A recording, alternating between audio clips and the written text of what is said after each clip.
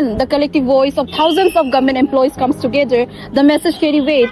And today the message is being shaped here in Pasigat.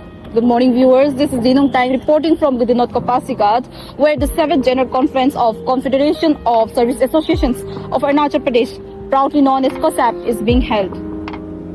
Over the 3 days, representatives from various service associations across the states will deliberate on the issues that impact governance, employee welfare, and efficiency of public service delivery. The event will witness the gracious presence of Honorable Chief Minister Pema Khandu as the chief guest, with Honorable Education and RWD Minister P.D. Sona as the guest of honor, along with BJP State President Kaling Moyong and MLAs from across the region. So be with us while we show you the full event.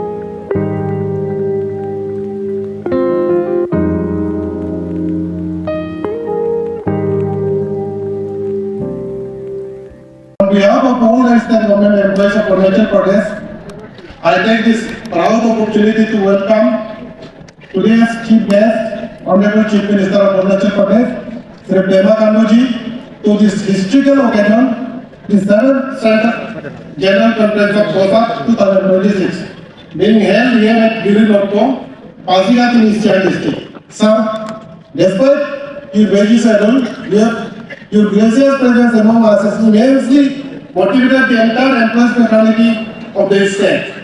It is indeed a matter of great pride, pleasure and deep honor for us to have you with us today. So, as far as COSAP is concerned, आप सब लोग जान गए होंगे कि COSAP क्या है, कैसे है। शायद कोई नया एम्प्लॉइज जो आया कोई नहीं जानते होंगे। COSAP क्या है आप सब आगे देख रहे हैं, उसको मैं दोहराना नहीं चाहता हूँ।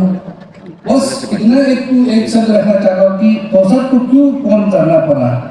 बहुत सारे एसोसिएशन है, यूनियन है हमारा विदिन द एम्प्लॉइज में, different departmental basis cadre basis में है। COSAP से पहले भी था, लेकिन प्रॉब्लम को वेंटिलेट करने के लिए प्रॉपर विंडो नहीं मिल रहा था, अपना हिसाब से कर रहा था। वो सबको प्रॉब्लम को देखने के बाद मैंने react to one configuration associations ये डिसाइड करके हम लोगों ने कॉन्सेप्ट को वे बैक 2022 में 2002 में कॉन्सेप्ट को फॉर्मेशन किया था। तो जब से फॉर्मेशन किया है कॉन्सेप्ट ने बहुत स्ट्रगल किया है, बहुत गवर्नमेंट का साथ में अपना मांग को रखने के लिए हम लोग स्ट्रगल किया और हम लोग को दिया। COSAP formation is nothing but to take care of the interest of the employee fraternity. There were 2-3 main issues where COSAP's existence has been held, and it was not known to our authorities, हमारे government की, हमारे representative public representative knowledge में government employ की organisation से पता नहीं है। हालांकि 1980 से एक ट्राइबल एम्प्लॉय की एसोसिएशन के नाम जाना जाता था, जिनकी एम्प्लॉय की हित में जो करना था इंडिविजुअल वे में या स्मॉल ग्रुप में करते थे, लेकिन वो प्रोमिनेंट नहीं था। तो COSAP का प्रोमिनेंट कब से हुआ? It has started with the related to implementation of pay commission recommendations. The Asian Academy is also working with one of our affiliate body, so-called Nagaland National Pension System Government Employees Forum, for spearheading and demand for rolling back of NPS or UPS to OPS, that is restoration of pension system. And one more thing that I want to share is that with regard to CM health insurance scheme, there Asia is also a stakeholder. There, the policy covers medical expenses of rupees 20 lakhs for both in service as well as pensioners. Someone has said, even before you could think of it, the government is, fulfill your request. And a long list of the requests which you have made to the government, they have readily accepted. Just because you are one of the strongest pillars in the executive. Without your support, any executive cannot function properly. Like your former president, Patel said, you have to guide the government because the file is rooted through the bottom. You are the one who should be scrutinizing all the papers and put it up to the government. So we expect that due diligence is there, honesty is there. Then only we will be able to give a good governance. Because the political leadership intentions are very clear. Political leadership's commitment is there, but until and unless we get a support from down below, it becomes literally impossible to really work for the interest of the state and the people of the state. In coming days, कुछ भी जो भी issues होता है, तो सबसे पहले COSAP को भी आप लोग जितने भी जो फेडरेटिंग यूनिट्स हैं, COSAP को भी रूप में रखते हुए COSAP का साथ में चर्चा करके उसको थोड़ा सा फाइन ट्यून करके तो गवर्नमेंट लेवल में लेकर आने से गवर्नमेंट लेवल में फिर काम काज जो है कम हो जाएगा। तो उसमें फिर जितने भी जो मीटिंग करना है आप लोगों का जो एक्सपर्टीज है उसमें ही फिल्टर हो के तब जो गवर्नमेंट के पास आएगा तो बहुत कम काम सिर्फ केवल फॉर्मेलिटीज के लिए ही रह जाएगा। उसमें आप लोगों का जो दिमाग है वो भी जेन्युइन हो जाएगा और टाइम जो कंज्यूम होता है वो भी कम हो जाएगा।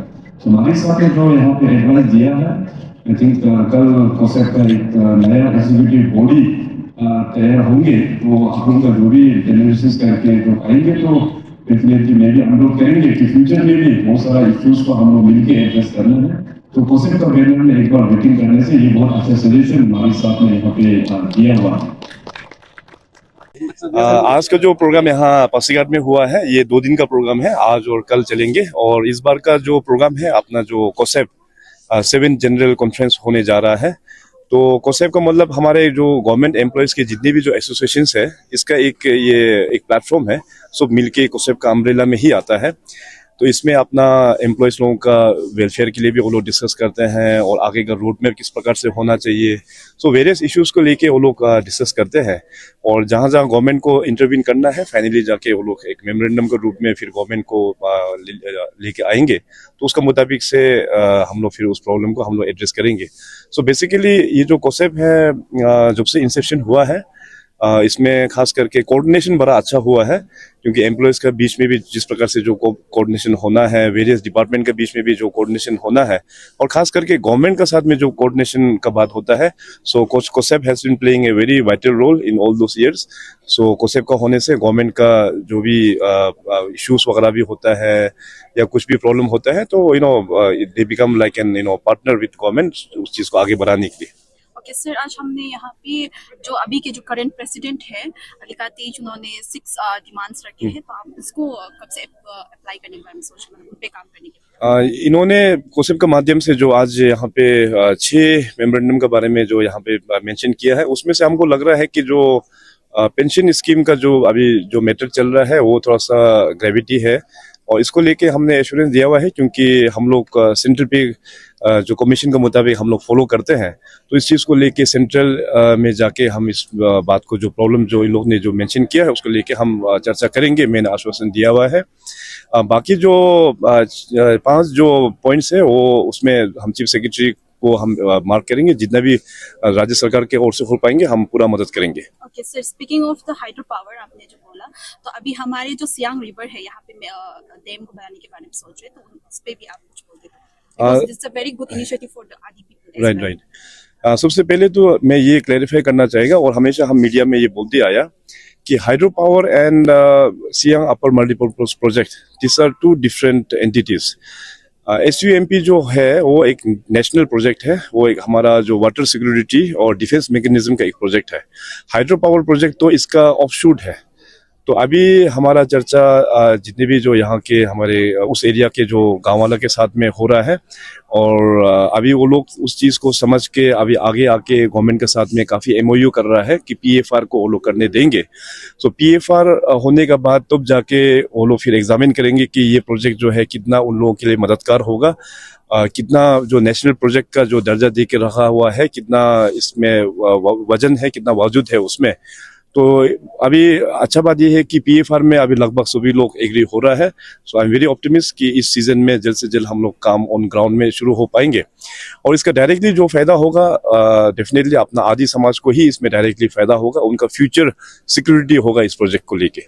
तो जो मनरेगा का जो एंगेजमेंट है जो है सर, तो मनरेगा का नया उसका बदली में एक जो नया आ रहा है ना सर, जो BV राम जी, तो उसको लेके जो है सर अपोज करने वाले भी बहुत काफी सारा देखने को मिला सर, उसका तरफ से आप क्या कहना चाहेंगे उसको? जो भी अपोज कर रहा है ये पॉलिटिकली मोटिवेटेड लोग ही है, क्योंकि आप देखिए पुराना जो MG नरेगा में जो खास करके अगर फर्क देखा जाए तो मैंडेज जो था वो केवल 100 था और वो भी ग्रांटेड नहीं है।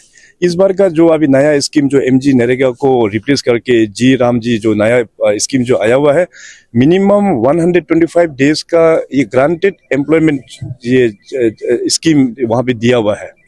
और दूसरा ये है कि अभी इसमें कोई भी मतलब अनएम्प्लॉयड जो भी अगर इस स्कीम के अंदर में अगर एम्प्लॉय सीख करता है सो उसको एक सर्टेन टाइम फ्रेम में राज्य सरकार उसको जॉब देना ही देना है। उसमें इस प्रकार का गारंटी उसमें ये दिखाया हुआ है।